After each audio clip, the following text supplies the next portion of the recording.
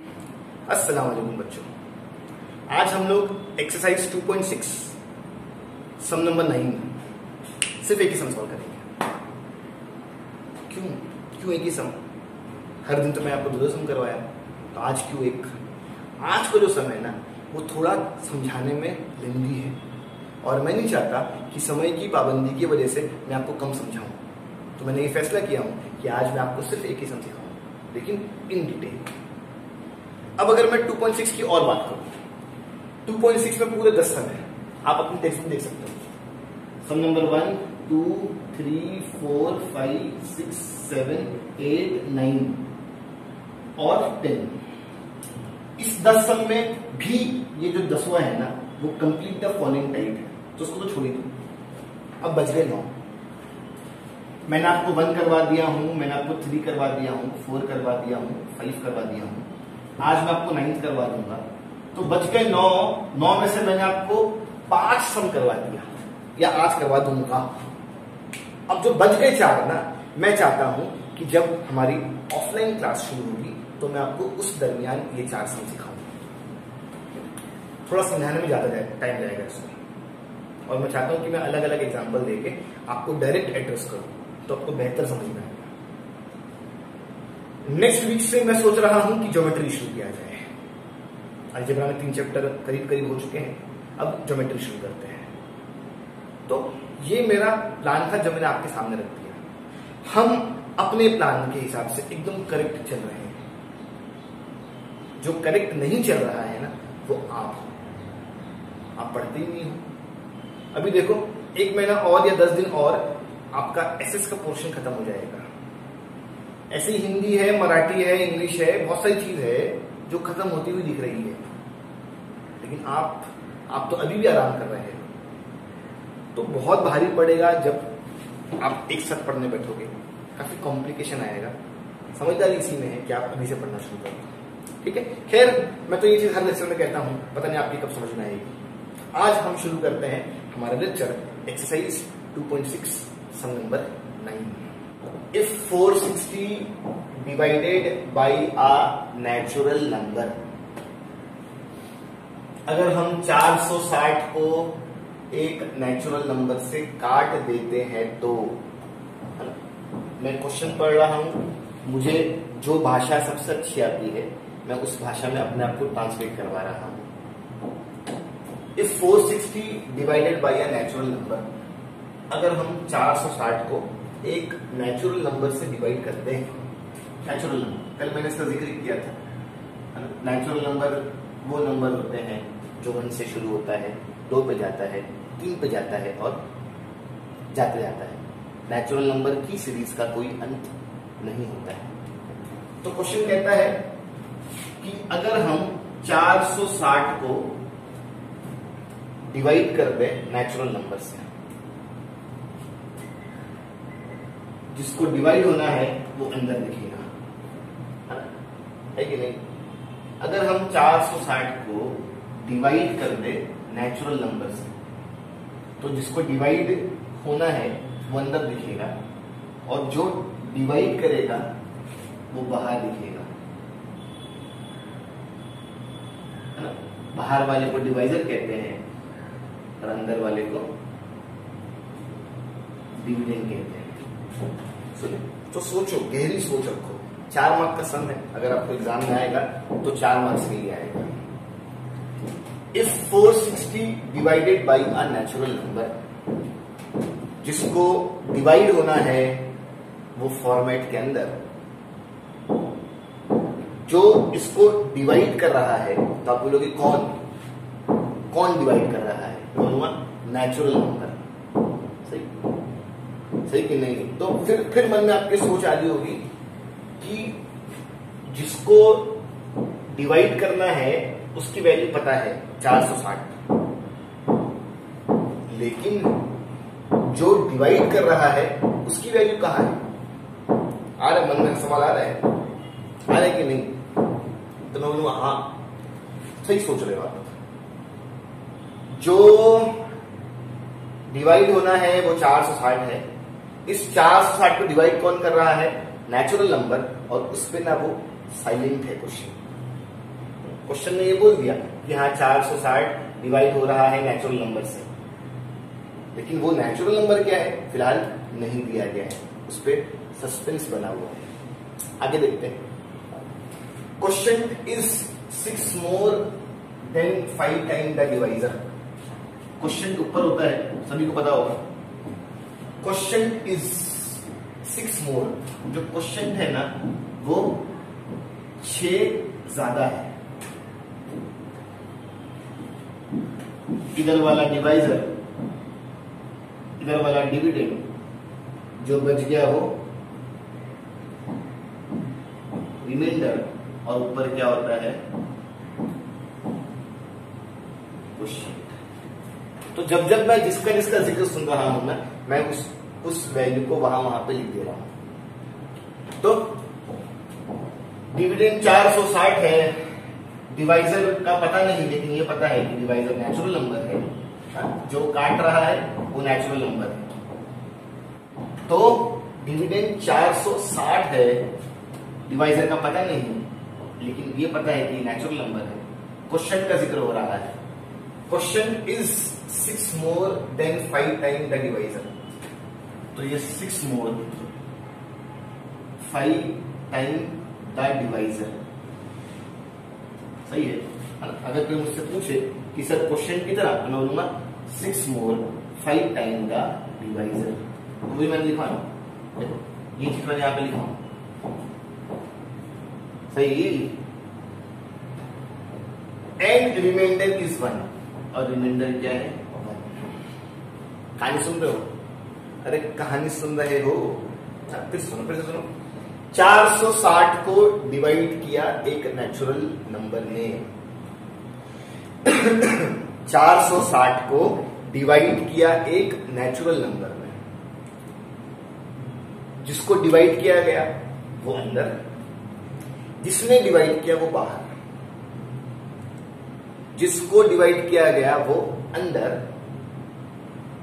जिसने डिवाइड किया वो बाहर। अंदर वाला डिविडेंड कहलाता है, बाहर वाला डिवाइजर कहलाता है। फिर आपके मन में एक सवाल आ रहा होगा, सर डिविडेंड तो 460 दिख रहा है, डिवाइजर क्यों नहीं दिख रहा है, या डिवाइजर कितना? तो मैं कहूंगा क्वेश्चन ने डिवाइजर पे सस्पेंस रखा है। हो सकता है कि वही डिवाइडर जिस पे सस्पेंस रखा हुआ है मुझे कल को फाइंड करना होगा।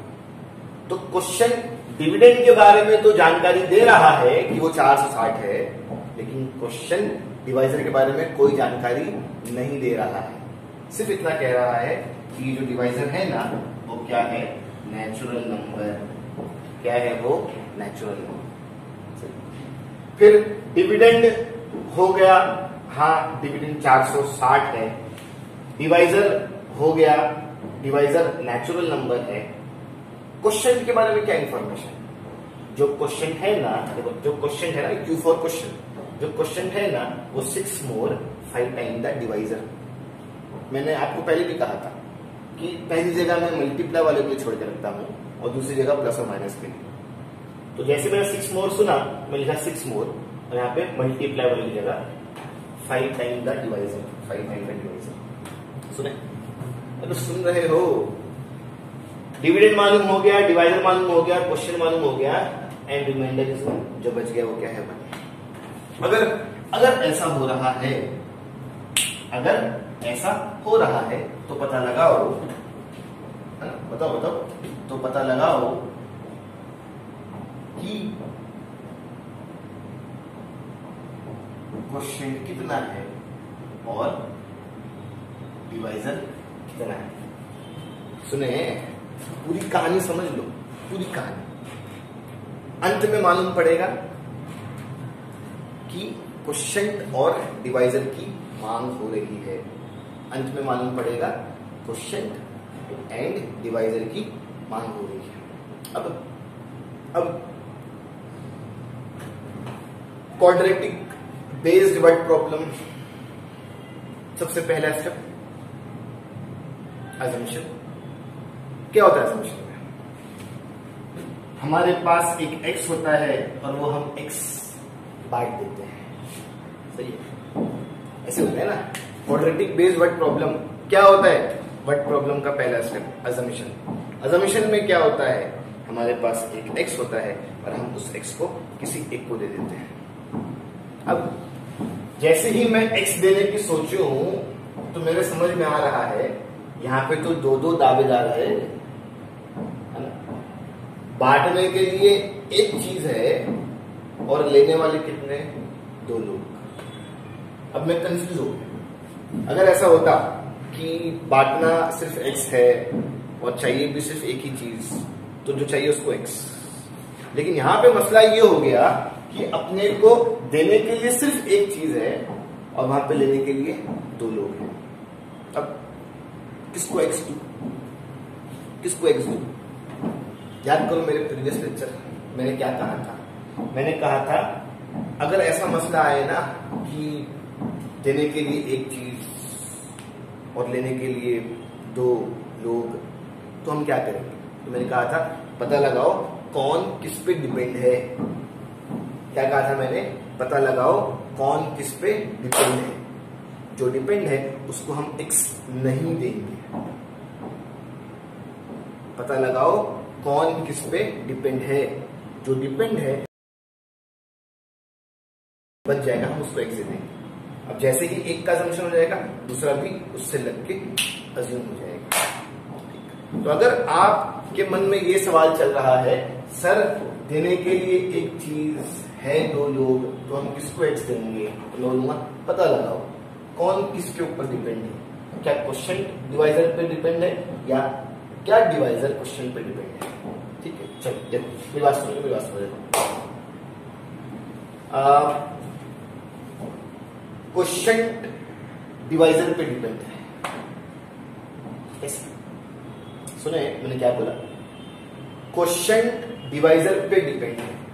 ये डिपेंड है, मैं इसको x नहीं दूंगा। अब बोलोगे ऐसा कैसे कह सकते हो, तो यहां देखो मुझे क्वेश्चन मिल गया होता, मुझे क्वेश्चन मिल गया होता अगर मुझे डिवाइजर पता होता तो। देखो ये डी है ना, डी सही है, अरे सही है कि नहीं।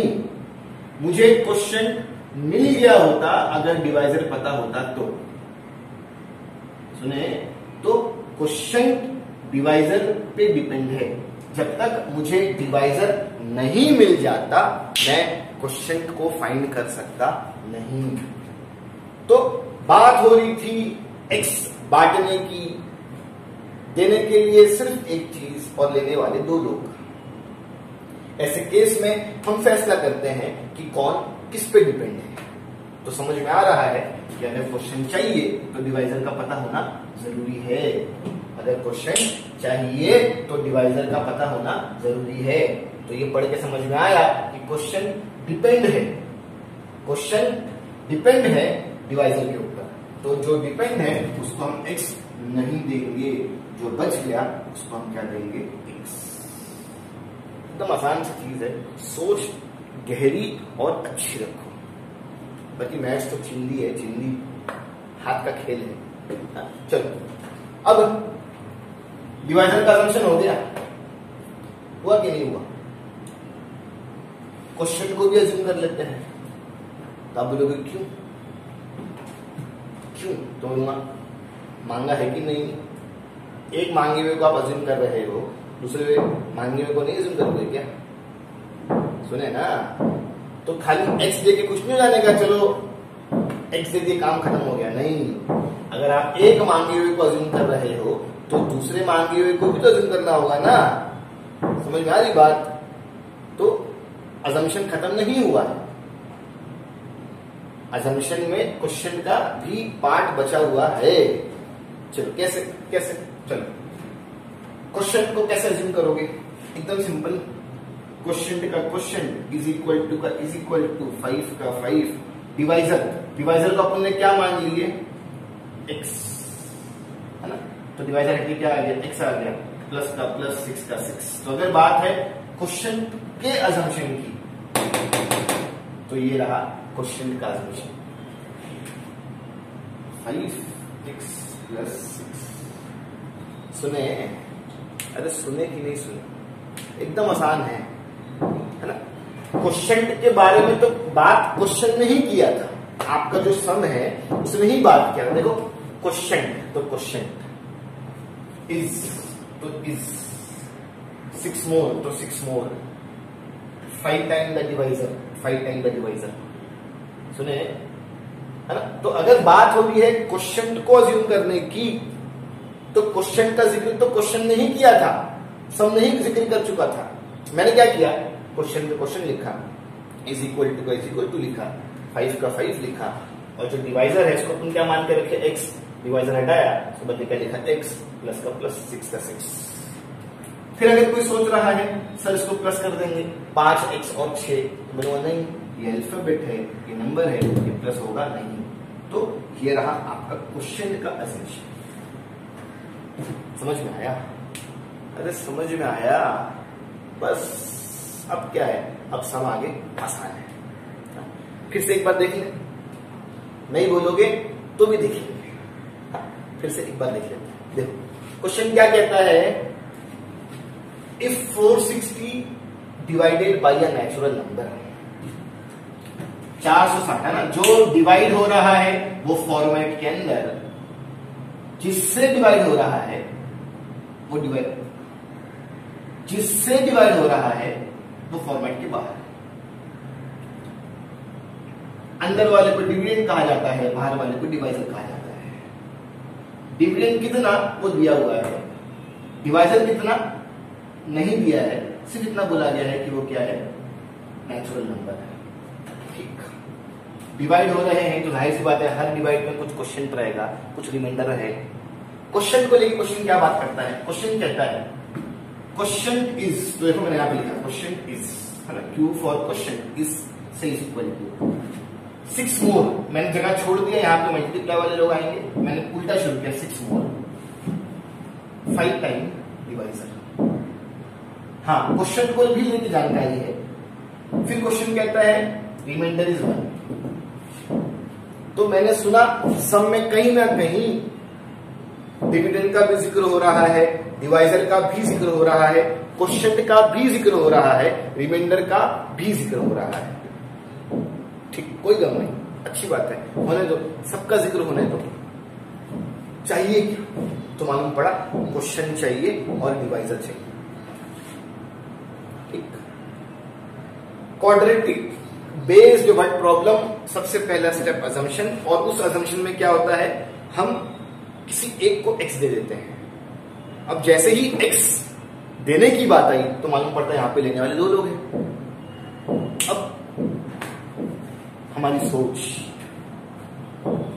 कौन डिपेंड है, कौन किस पे निर्भर करता है, जो डिपेंड है हम उसको x नहीं देंगे। जब मालूम पड़ा कि क्वोशिएंट तब तक नहीं पता लग सकता जब तक मैं डिवाइजर को ना ढूंढ लूं। चीजें पढ़ के समझ में आई कि क्वोशिएंट डिपेंड करता है डिवाइजर पे, है ना, क्वोशिएंट डिपेंड करता है डिवाइजर पे। अगर डिवाइजर नहीं तो क्वोशिएंट भी नहीं। सुने, अरे सुने कि नहीं सुने, तो क्वोशिएंट डिपेंडेंट है तो हम क्वोशिएंट को x नहीं देंगे, हम उसको x देंगे। इसको डिवाइजर, डिवाइजर को x देके हो गया। अब क्या है, क्या मैं सम शुरू कर दूं? तब बोलोगे नहीं, 2 चीज मांगी थी, एक का असम्पशन हो गया, दूसरे का असम्पशन कौन करेगा? हम करेंगे, करते हैं। क्वेश्चन का क्वेश्चन, क्वेश्चन लिखा हुआ है ना, क्वेश्चन का क्वेश्चन इज इक्वल टू का इज इक्वल टू 5 का 5, डिवाइजर का x प्लस का प्लस 6 का 6। ये रहा क्वेश्चन का असम्पशन। अब जब असम्पशन हो चुका है तो ये जो ड्राइंग है इसको फेल कर दो।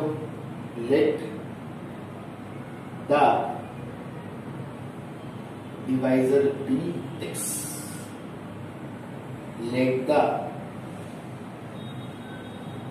Question be 5x plus 6। समझ में आ रहा है या नहीं? समझ में आ रहा है ना? तो इस तरह से मैंने अपना अजम्पशन खत्म कर दिया। अब एक कंडीशन होगी, उससे हम क्या बना लेंगे, इक्वेशन। उस इक्वेशन को धीमे धीमे सॉल्व करेंगे।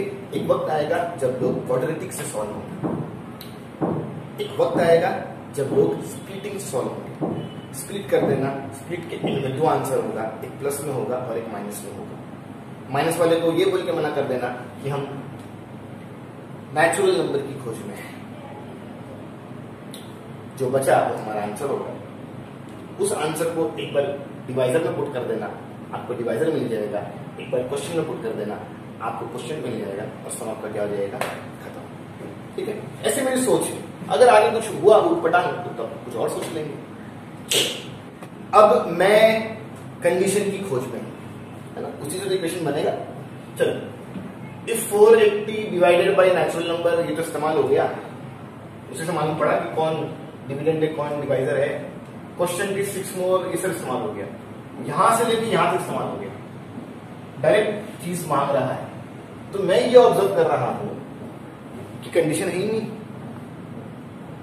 सुने हैं, है ना, आप भी देख लो। देखो, कोई भी जुमला ऐसा बचा हुआ है क्या जिससे मैं इक्वेशन फ्रेम कर लूं? देखो, if 460 divided by natural number, इस जुमले को पढ़ के एक अंदर दिखाया, एक बाहर दिखाया, क्वेश्चन दिखाया, रिमाइंडर दिखाया। यहां से इफ से लेके 1 तक मामला खत्म हो चुका है। जो एक बार इस्तेमाल हो चुका हुआ है उसको मैं फिर से कैसे इस्तेमाल कर सकता हूं? तो मैं कहूंगा कि कंडीशन गायब, तो क्या सम छोड़ दूं? तो क्या सम छोड़ दूं? नहीं, है ना, कंडीशन नहीं है तो लिखो यहां पे कंडीशन नहीं है। अब अगर कंडीशन नहीं है तो इसका मतलब हम कंडीशन खुद से फ्रेम करेंगे। हम कंडीशन खुद से फ्रेम करेंगे। तो सुने, ये एक एक्सेप्शन वाला सम है। अब तक हमने काफी सारे सम सॉल्व किए हुए हैं जिसमें कंडीशन दी जाती थी। ये पहला सम है जिसमें कंडीशन नहीं दी गई है। सुने, अरे कानों में आवाज आ रही है या नहीं? ये पहला सम है जिसमें कंडीशन नहीं दी। तो कंडीशन हम खुद से फ्रेम करेंगे। कैसे? सुन, मेरे दिमाग में ना, अब जब बात हो रही है कि खुद से कंडीशन क्रिएट करो और खुद से इक्वेशन क्रिएट करो, तो मेरे दिमाग में एक फॉर्मूला आ रहा है। मेरे दिमाग में एक फॉर्मूला आ रहा है। ये फॉर्मूला जो मैं अभी लिखूंगा वो आपको 8 में भी था, आपको 9 में भी था और आपको भी 10 में भी इसका इस्तेमाल है। देखिए फॉर्मूला लिखो,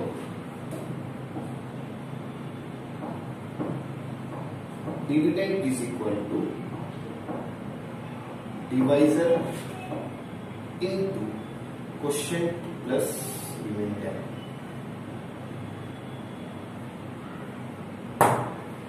ये रहा वो फॉर्मूला। तो क्या हुआ अगर क्वेश्चन खुद से कंडीशन नहीं दे रहा है ना? मैं इस फॉर्मूले के सहारे इस सम में कंडीशन क्रिएट कर सकता हूं।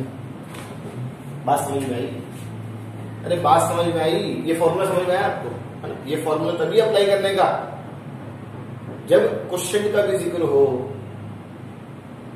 डिवाइजर का भी जिक्र हो, डिविडेंड का भी जिक्र हो और रिमाइंडर का भी जिक्र हो। तो मैंने ये ऑब्जर्व किया कि चलो अजम्पशन हो चुका है, अब कंडीशन रहेगी, कंडीशन से इक्वेशन बनाएंगे। मालूम पड़ा कंडीशन तो है ही, कंडीशन तो है ही। अब कंडीशन नहीं है तो मैं खुद से चीजों को लेके आऊंगा। मैं खुद से चीजों को लेके आऊंगा, लेकिन वही जो रिलेटेड होगी, जो सम को मैच करती होगी। तो जो मैंने ये फॉर्मूला लाया, क्या कहीं ना कहीं क्वेश्चन डिविडेंड का जिक्र कर रहा है? हाँ। क्या कहीं ना कहीं क्वेश्चन डिवाइजर का जिक्र कर रहा है? हाँ। क्या कहीं ना कहीं क्वेश्चन का जिक्र कर रहा है? हाँ। क्या कहीं ना कहीं क्वेश्चन रिमाइंडर का जिक्र कर रहा है? हाँ। तो ऐसा दिमाग को समझाओ कि ये जरूरी नहीं है कि हर बार आपको कंडीशन दी ही जाए। कुछ समय से है जहां पे कंडीशन नहीं दी होती है तो हमको कंडीशन खुद से फ्रेम करना होता है, लेकिन वो कंडीशन सम के रिलेटेड होना चाहिए। तो मैंने जो फॉर्मूला खुद से लेके आया, क्या वो क्वेश्चन को सूट करता है? हाँ। अब क्या है, बस वैल्यू पुट करो। चलो, क्या मैं डिविडेंड जानता हूं? आप बोलोगे हाँ, 460। देखो लिखा है डिविडेंड 460। यहां मत ढूंढो, क्वेश्चन में नहीं मिल रहा है।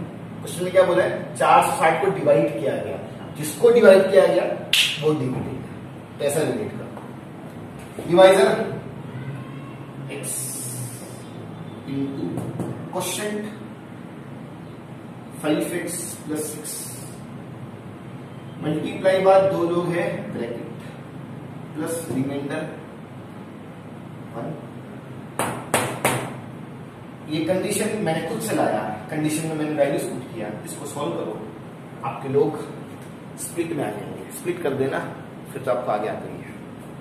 समझ में आ रहा है? समझ देखो, सब दिमाग का खेल है, जरा भी मुश्किल नहीं।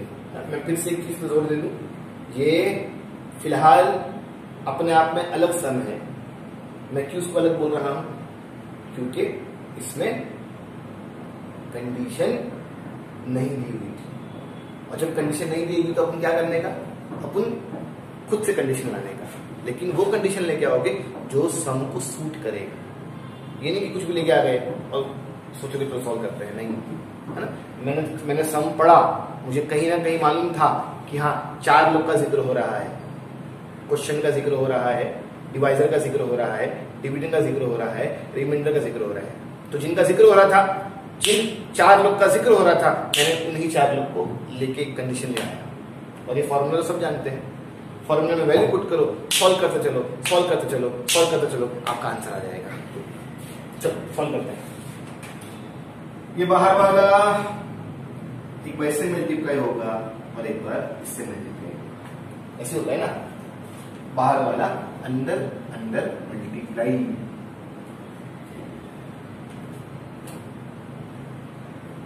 हाँ देखो, इससे मल्टीप्लाई होगा x into 5x square plus का plus 6 into x 6x plus बाहर वाला अंदर का मल्टीप्लाई हो गया। सारे लोग एक तरफ आने हैं, लेकिन उस तरफ स्क्वायर वाला है तो उसको मत डिस्टर्ब करो, यहां से वहां पे उठो। लास्ट में हम फ्लिप कर देंगे, मैंने समझाया था पहले भी। स्क्वायर प्लस में है, इसको मत डिस्टर्ब करो, उसको यहीं रहने दो, लोगों को यहां भेजो। इसकी डिग्री 2 वो पहले, फिर डिग्री 1 उसके बाद, और फिर प्लस वाला माइनस। यहाँ पे 460 हुआ करता था, जगह छोड़ के चला गया, जगह खाली 0 5x square plus 6x plus minus minus 460 में से 1 गया 459 और बड़े नंबर की साइन।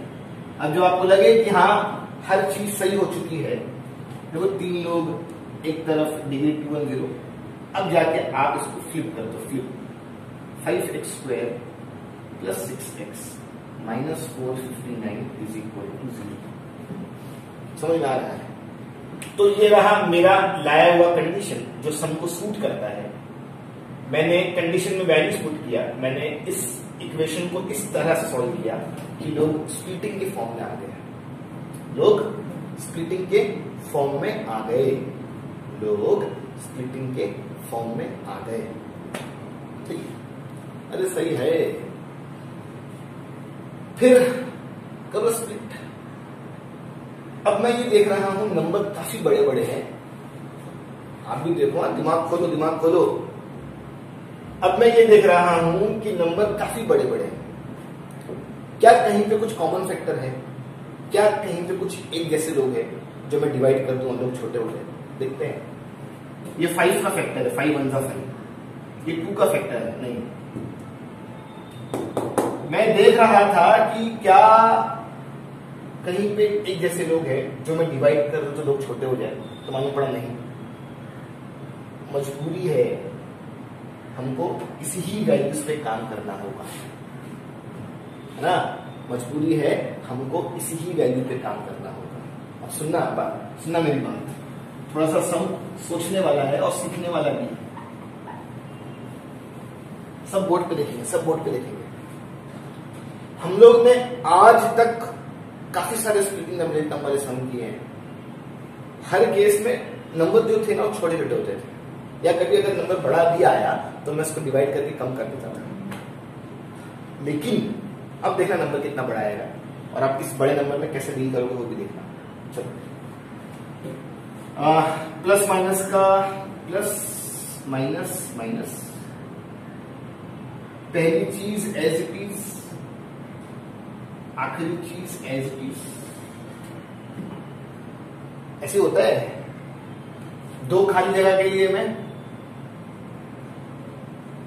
दो टेस्ट पास करूंगा, मल्टीप्लाई करके कितना चाहिए बताओ, मल्टीप्लाई करके कितना चाहिए? तो आप बोलोगे इसका पता पहले वाले कोएफिशिएंट को, है ना, इसका पता पहले वाले कोएफिशिएंट को, पहले 5 और लास्ट वाले कोएफिशिएंट को मल्टीप्लाई कर देंगे तो लग जाएगा, है कि नहीं? है ना, मल्टीप्लाई करके कितना चाहिए? पहले कोएफिशिएंट को लास्ट कोएफिशिएंट से मल्टीप्लाई कर दो, मालूम पड़ जाएगा। 5 9 जा 45, 5 5 जा 25, 25 और 4 कितना हो गया? 29, 5 4 जा 20 और 2 22, मल्टीप्लाई करके 2295 चाहिए। देख रहे हो बात हजारों में हो गई है ना? समझ में आई ना बात? मैंने इसलिए कहा था कि ध्यान से देखना। मल्टीप्लाई करके कितना चाहिए? मैं पहले वाले कोएफिशिएंट को लास्ट वाले कोएफिशिएंट से मल्टीप्लाई कर दूंगा तो मालूम पड़ जाएगा। मैंने मल्टीप्लाई किया, मालूम पड़ा 2295 चाहिए। मैं प्लस कर दिया, मैं माइनस कर दिया। सेकेंड स्टेप, हाँ, यहां से मैंने फैसला किया था कि मैं स्प्लिट करूंगा। ये पहला स्टेप, ये सेकेंड स्टेप। सेकेंड स्टेप की starting two sign, plus minus minus बीच वाला। सुने? अरे सुने कि नहीं सुने? पहला और आखिरी मुझे ये बताता है कि मल्टीप्लाई करके कितना चाहिए, और बीच वाला ये बताता है कि मुझे प्लस या माइनस करके कितना चाहिए। मैं ऐसे दो नंबर की तलाश में हूं, मैं ऐसे दो नंबर की तलाश में हूं जिन्हें मल्टीप्लाई कर दूं तो 2295 आ जाए, और उन्हीं दो लोगों को जब मैं माइनस कर दूं तो 6 आ जाए। बहुत बड़ा नंबर, कैसे काम करेंगे देखना आप सब देखना।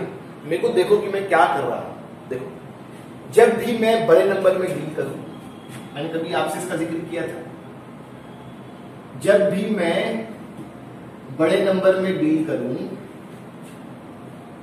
तो मैं प्राइम फैक्टर से काम करता हूं। मैंने आपको जब स्प्लिटिंग सिखा रहा था तो मैंने यहाँ पे एक हल्का सा कंसेप्ट समझाया था। जब भी मैं बड़े नंबर में डील करूं तो मैं प्राइम फैक्टर निकालता हूं, और उस प्राइम फैक्टर के जो फैक्टर्स है ना उसके सहारे में कोशिश करता हूं कि मेरी मांगी हुई चीज आ जाए। चलो खैर, दो जगह खाली है, दो खाली जगह को भरने के लिए मैं दो टेस्ट पास करूंगा। मल्टीप्लाई करके 2295 चाहिए, और वही दो लोग जो मल्टीप्लाई करके 2295 दे रहे हैं, अगर मैं उनको माइनस कर दूं तो 6 चाहिए। मैं इनकी खोज में, मैं दो लोगों की खोज में कि वो दो लोग कौन से हैं जिन्हें मल्टीप्लाई कर दूं तो 2295 आ जाए, और उन्हीं दो को माइनस कर दूं तो 6 आ जाए। नंबर बड़े हैं, मैं प्राइम फैक्टर निकाल रहा हूं, देखते हैं। ये 2 में तो जाएगा नहीं, 3 में जाएगा। हाँ, 3 7 जा 21, 3 6 जा 18, 3 5 जा 15। ये 2 में जाएगा नहीं, 3 में हाँ जाएगा। 3 2 जा 6, 3 5 जा 15, 3 5 जा 15। 3 8 जा 24, 3 5 जा 15। 3 में जाएगा पहले। 3 2 जा 6, 3 में गया नहीं गया, कोई गम नहीं।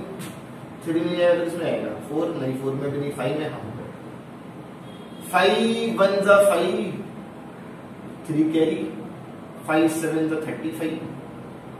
17 प्राइम नंबर होता है, वो किसी में नहीं जाएगा, अपने में ही जाएगा। 17 1 जा 17। देखा क्या है अपने को? 3 3 3 5 17। 5 लोग आए। कितने लोग आए? 5 लोग। मैं 2 लोगों की खोज में था, और कितने लोग आए? 5 लोग। देखो, 3 3 3 5 17। मैं 2 लोगों की खोज में था, लेकिन आए कितने लोग? 5। अब क्या ये मुमकिन है कि जगह खाली है 2 लोगों की और मैं 5 लोगों को ले लूं? Not possible. क्या ये मुमकिन है कि 2 जगह खाली है और मैं 5 लोगों को ले लूं? नहीं। तो फिर क्या करूं? सम छोड़ दूं? क्या बोलोगे? नहीं। एक काम हो सकता है कि ये 5 का ना 2 ग्रुप बना लूं। क्या बोलोगे आप? एक काम हो सकता है कि ये जो 5 लोग हैं ना, इनका 2 ग्रुप बना लो।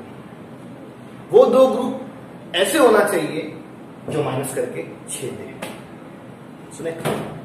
सुने, मैं 2 लोग की खोज में हूं, नंबर बड़े हैं, मैंने प्राइम फैक्टर निकाल लिया। प्राइम फैक्टर निकालने के बाद मुझे ये समझ में आ रहा है जगह खाली है 2 लोग की और आए कितने? 5 लोग का। जगह खाली है 2 लोग की और आए कितने लोग? 5 लोग। क्या यह मुमकिन है कि मैं 2 की जगह पे 5 लोग को भेज दूं? नहीं, हो ही नहीं सकता। लेकिन दूसरा रास्ता, वो जो 5 लोग हैं ना, उनका 2 ग्रुप बनाने का। दूसरा रास्ता, वो जो 5 लोग हैं उनका 2 ग्रुप बनाने का, और वो ग्रुप ऐसे होना चाहिए कि उनको जब मैं माइनस करूंगा तो कितना होना चाहिए? 6। तो ग्रुप की भी शर्त है। ऐसा नहीं है कि आप कोई सा भी ग्रुप बना दो, नहीं, ग्रुप ऐसा होना चाहिए जिन्हें जब मैं माइनस करूंगा तो कितना आना चाहिए? ठीक है, चलो कोशिश करते हैं। चलो मैं बोलता हूं कि तुम लोग ना जब एक जैसे हो, एक तरफ हो जाओ, और तुम लोग एक तरफ हो जाओ। ग्रुप कैसा भी होना चाहिए, लेकिन माइनस करने पे 6 ही आना चाहिए। किसी ग्रुप में 3 लोग को भेज दो, किसी ग्रुप में 4 लोग को भेज दो, ग्रुप में नंबर चलेगा 4, 5, 6, 7 हो सकता है, लेकिन उस ग्रुप को माइनस करके 6 ही आना चाहिए। मैंने क्या किया? 3 3 9, 9 3 27, यहाँ लिखता हूँ 27, 3 3 9, 9 3 27, 17 5 17 5 5 7 35, 5 5, 5 3 8। क्या 85 में से अगर मैं 27 कम कर दूं, एक बोरो करता हूं, 15 में से 7 गया 8, 7 में से 2 गया 5, 58 आ रहा है। जो मैंने 2 ग्रुप क्रिएट किया था ना, उसको माइनस करने में 58 आ रहा है। अपने क्या चाहिए? 6। माइनस करने पे 6 ही चाहिए, यहाँ पे 58 आ रहा है। ये जो मैंने ग्रुप बनाया वो काम नहीं करेगा, कोई और ग्रुप बनाते रहो, आंसर यही छुपा हुआ है। ठीक है, चलो अब मैं बोलता हूं तुम 4 एक तरफ हो जाओ और तुम एक तरफ हो जाओ। बनाते रहो, ग्रुप बनाते रहो। माइनस करने पर 6 आ गया तो उस ग्रुप को हम कंसीडर कर लेंगे। 3 3 9, 9 3 27, 27 5 5 7 35, 5 2 10 और 3 13। ये 4 मिल के 135 देते हैं। 135 में से अगर मैं 17 कम कर दूं, बोलो कर लो, 8, 118 आया है। मैंने फिर ग्रुप बनाया, लेकिन उनको माइनस करके 6 नहीं आया। ये भी ग्रुप काम नहीं करेगा। सुने, कोशिश करते रहो, कोशिश करने वालों के साथ ही अल्लाह है ना, और अपना आंसर आ जाएगा। ठीक, अब जरा देखो बहुत है।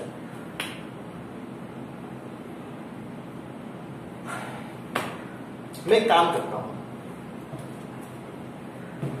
मैं इस पहले वाले को और इस आखिरी वाले को एक ग्रुप में लेता हूं। सुने, 17 3 51 है ना, पहला वाला और आखिरी वाला एक ग्रुप में आ गया। मेरे ऊपर है, मैं किसी को भी किसी भी ग्रुप में आ सकता हूं,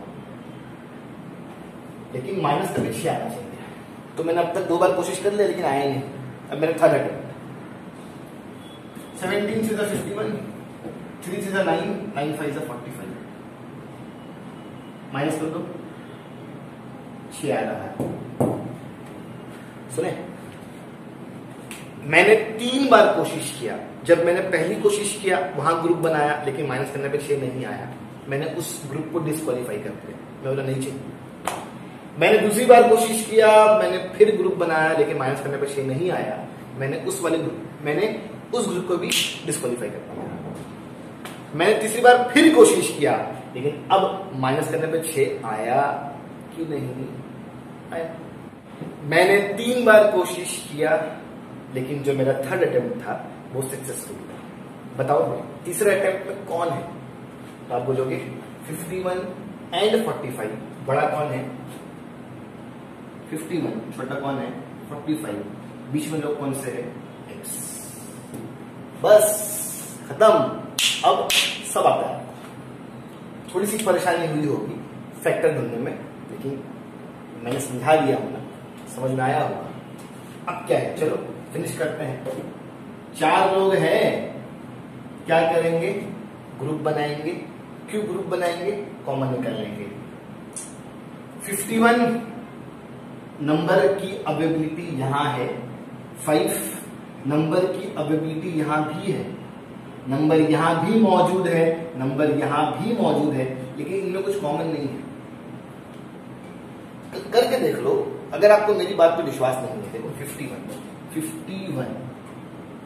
3 2 3 1 3 3 7 17 1 51 कैसे बनता है? 3 और 17 से, और 5 कैसे बनता है? 5 1 से। तो नंबर की मौजूदगी है, लेकिन इनमें कॉमन नहीं है, तो नंबर में से कॉमन नहीं आएगा। कोई गम नहीं।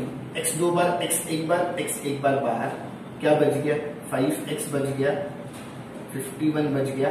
जो ब्रैकेट यहां है वो ब्रैकेट यहां भी होना ही चाहिए। बोलो बोलो, जो ब्रैकेट यहां है वो ब्रैकेट यहां भी होना ही चाहिए। इसके बारे में इससे पूछो। क्या चाहिए था? माइनस चाहिए, 45 चाहिए और x चाहिए। इसके बारे में इससे पूछो। x दिख रहा है, x का काम हो गया है। 45 चाहिए और यहां पे सिर्फ 5, 45 चाहिए और यहां पे सिर्फ क्या है? 5। तो मैं बोलूंगा 9 5 45। उस कमी को भरोगे जो मल्टीप्लाई करके आएगी, है ना। 45 चाहिए और खाली 5 था, तो 9 5 45। यहां पे 40 मत दिखा देना। 45 चाहिए, खाली 5 है तो 40 दिखा दिए, नहीं, है ना। ऐसी चीज लानी है जो मल्टीप्लाई करके पूरी हो। तो 45 चाहिए, सिर्फ 5 है तो बाहर 9 लेना, 9 5 45। इसका भी काम हो गया। माइनस अगर मैं अपने आप को क्रॉस चेक करना चाहूं कि मैं सही हूं या नहीं, तो आप क्या करोगे मालूम? आप रिवर्स मल्टीप्लाई करो, अंदर मल्टीप्लाई करो, आपको ऊपर के लोग मिल जाएंगे। देखो 9 5 45, x का x, माइनस का minus, minus plus minus 9 into 51 459। मैंने अंदर मल्टीप्लाई किया, सेम ऊपर वाले लोग मिले, मैं सही हूं। जो 2 बार है वो 1 बार, जो खुला है वो बंद। 1 बार 0 इसको दे दो, 1 बार 0 इसको दे दो। मुझे x चाहिए, x अकेला होना चाहिए, प्लस वाला माइनस मल्टीप्लाई वाला डिवाइड। मुझे x चाहिए, x अकेला होना चाहिए, माइनस वाला प्लस। समझ में आया? अरे समझ में आया। तो जैसा कि मैंने सोचा था कि स्प्लिटिंग होगा, स्प्लिटिंग के अंत में मेरे पास 2 आंसर आएंगे, एक प्लस में होगा और एक माइनस में होगा, वैसे ही तो हुआ, वैसे ही तो हुआ ना। तो हर सम से पहले आप अपनी सोच लो कि हाँ ऐसा ऐसा होगा और उस पर चलते रहने का। ठीक है, चलो अब इसमें से किसी एक को मना करना होगा। किसको मना करोगे और क्यों मना करोगे? बताओ। माइनस वाले को मना कर देना, ऐसा लिखेंगे, since natural number cannot be in negative. अब देखो natural number, question natural number को लेके बात कर रहा है। मेरे पास जो 2 आंसर आए उसमें से एक माइनस में, मैं इसको मना कर रहा हूं। रीजन क्या दे रहा हूं? Since natural number can not be negative, therefore x is equal to -51/5 is not acceptable. सही। अब जब एक मना हो गया है, जब मैंने एक को इनकार कर दिया, तो जो बच गया वो क्या होगा मेरा आंसर? वो क्या होगा मेरा आंसर? क्या सम खत्म? नहीं। क्या सम खत्म? नहीं। चूंकि ये वर्ड प्रॉब्लम है तो ये एंड होगा स्टेटमेंट से। किस चीज की मांग? Therefore, divisor is equal to x is equal to 9। क्या सिर्फ डिवाइजर की मांग हो रही है? नहीं, क्वेश्चन की भी मांग हो रही है। क्या है क्वेश्चन? 5x + 6,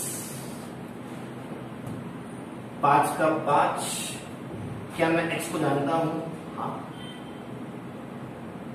5 9 ज़ा 45, 45 + 6 51। 51 मैं थोड़ा साफ लिख दूं। ये रहा आपका डिवाइजर, ये रहा आपका क्वेश्चन। सम बहुत ही साधारण है, बस सोच अपनी अच्छी रखो, आपको आपका आंसर आ जाएगा। मैंने बहुत कोशिश किया कि आपको गहराई में जाके समझाऊं। अगर ना समझ में आया होगा तो बार बार मेरे लेक्चर को फिर से सुनो। मैंने आपको मेरे पूरे आज के लेक्चर में सिर्फ एक ही सम करवाया, तो भी इन डिटेल। मकसद यही था कि मैं एक सम कराऊं और आपको समझ में आ जाए। मैं मेरे नेक्स्ट लेक्चर में, जो हमारा नेक्स्ट वीक का लेक्चर होगा, इंशाअल्लाह मैं वहां पे आपको ज्योमेट्री शुरू करवाऊंगा। खूब प्रैक्टिस करो, खूब पढ़ाई करो। वक्त जा रहा है, बाद में आपको पछतावे के अलावा और कुछ नहीं होगा। ठीक है, मैं अपना लेक्चर एंड करता हूं, फिर नेक्स्ट वीक में मुलाकात होगी।